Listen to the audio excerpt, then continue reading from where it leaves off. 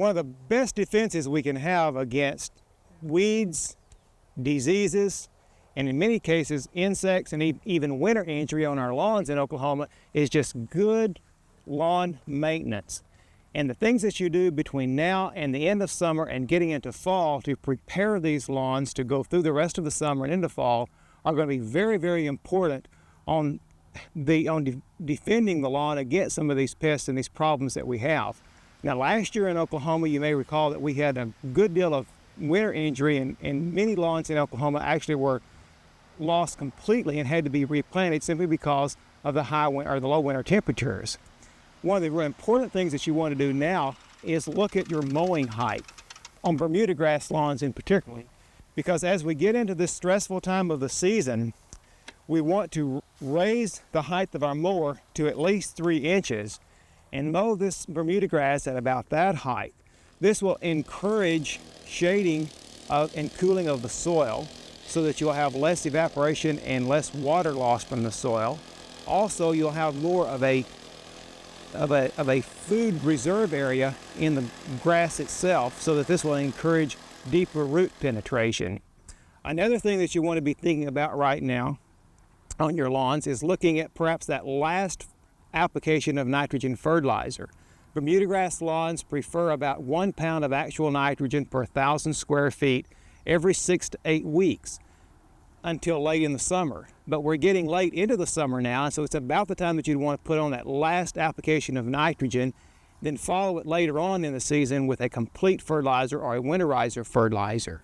And we'll talk about that and some other things later on Oklahoma gardening that you may want to do on getting your lawn prepared for fall and for winter. Perhaps one of the most critical areas of good lawn maintenance at this time of the year is proper watering. It's not only important to keep the grass healthy and looking good, but also it's critical for getting good deep root penetration so it can become more resistant to dry weather as we get into the summertime. Watering should be done early in the morning. In the morning time, we can take advantage of the lower evaporation point, and also the grass will have an opportunity to dry out before the day is over.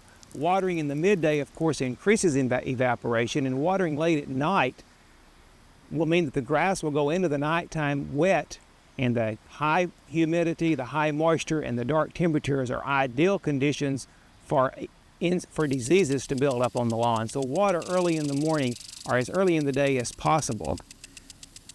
A general rule is that our lawns require about 1 inch of water a week, either through rainfall or through irrigation. One way to be sure that you are getting proper watering on your lawn and enough water on your lawn is to set containers around about 5 feet apart in the pattern of your sprinkler. By setting these containers, either square plastic containers or cans, in a pattern, and then when you turn your sprinkler on, you'll find out if you're getting good even distribution of water. And also you'll find that when these get about 1 inch of water in them, then you've put on the inch of water that you would like for your lawn to have. So good maintenance techniques of fertilizing, mowing, and watering at this time of the year are extremely critical on these Bermuda grass lawns. We hope you've enjoyed this classic from the Oklahoma Gardening Vault. Remember, even though these tips and techniques are timeless, there's always something new to learn in the world of gardening. By subscribing to both Oklahoma Gardening and OK Gardening Classics, you'll have access to a wealth of gardening knowledge, both classic and contemporary.